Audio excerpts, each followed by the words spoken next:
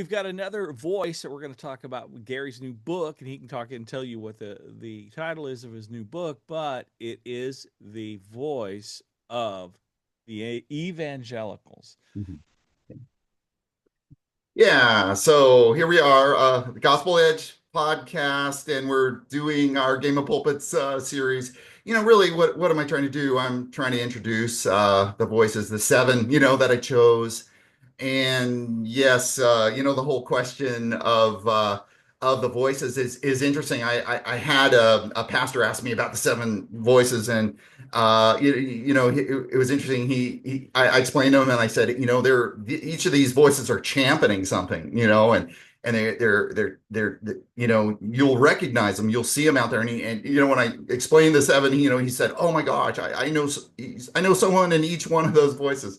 And so, but it's not just that people are in these voices. Of course, we are in these voices, right? And so, yeah, think about the evangelicals, and I chose it as a voice because I think it's very relevant to the culture right now.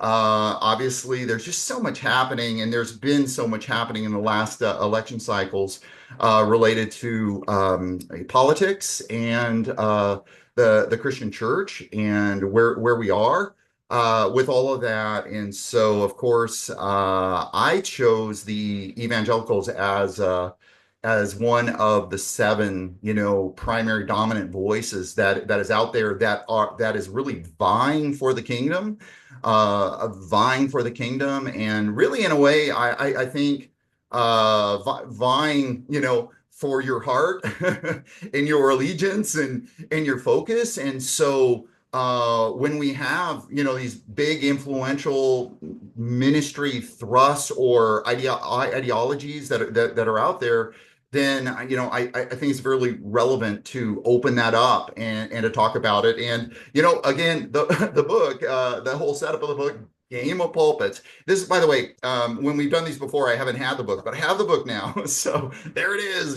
So just doing this was a challenging endeavor because I'm not wanting to run over anybody. I'm not wanting to be disrespectful of Christians who have godly, motivations and read their Bibles and are in churches and have developed, convictions. And so, trying to esteem, voices and be respectful, but at the same time, speak into what's happening. And, there's one thing in the preface of the book, and I'll say this about Game of Pulpits. I, I can talk about it, but I want to tell you, I just really think the impact is in the reading. And so I just think you can do so much more in the development and all of the research and some of the backing and some of the depth of thought. It's just easier to actually go there within the writing. More than anything else, more than the speaking side of it, more than talking about it, I truly believe that the impact is in the reading. I encourage you. I hope you pick up the book and just enter in. One of the things that I say in the preface, and that preface is very important. Just from an author, just kind of saying, hey, this is really the setup of what this book is, and here's my heart behind it. I really do really want to see the advance of the gospel. I do. My heart is for that, and I believe that everybody, regardless of kind of where they are in the spectrum of these voices, regardless of where you land, within these voices, if you're a Bible believing Christian, you have that value too. You have that desire too. You would love to see Christ glorified, right? And you'd love to see the gospel go to more people. So I write it for that reason. But in the preface, one of the things that I say is, I call it the way I see it. And then I pose back to the reader, how do you call it? How do you call it? Okay, so and then, well, what are you going to do with that conviction that you have? And so, and I say in the book that this is not an agreement book, meaning it's not really written to think that everybody is going to agree on everything that's written here. And so anytime you kind of open up some of the big topics of our day in these different voices. Talk about charismatics and Pentecostals. Not everyone's going to agree on everything there, right?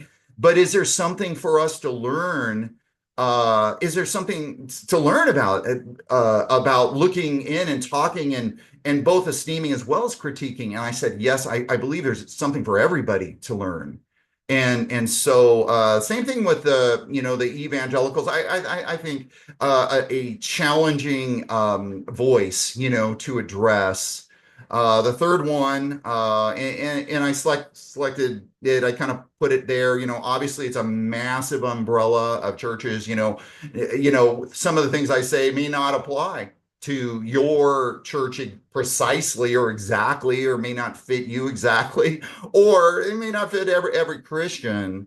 But I open up that big subject matter about what's happening, and what I did is I felt like there was a divide there of two main subject matters that I wanted to go into. One is political alignment, and so that whole question of everything related to the political alignment that has grown and is rising, in the culture and wants to advance Christian values, Christian heritage, Christian story in the culture, and do so partly through the political platform. So yeah, I have some things to say about it, and of course it's very loaded because people are opinionated, people have their party, people have their side.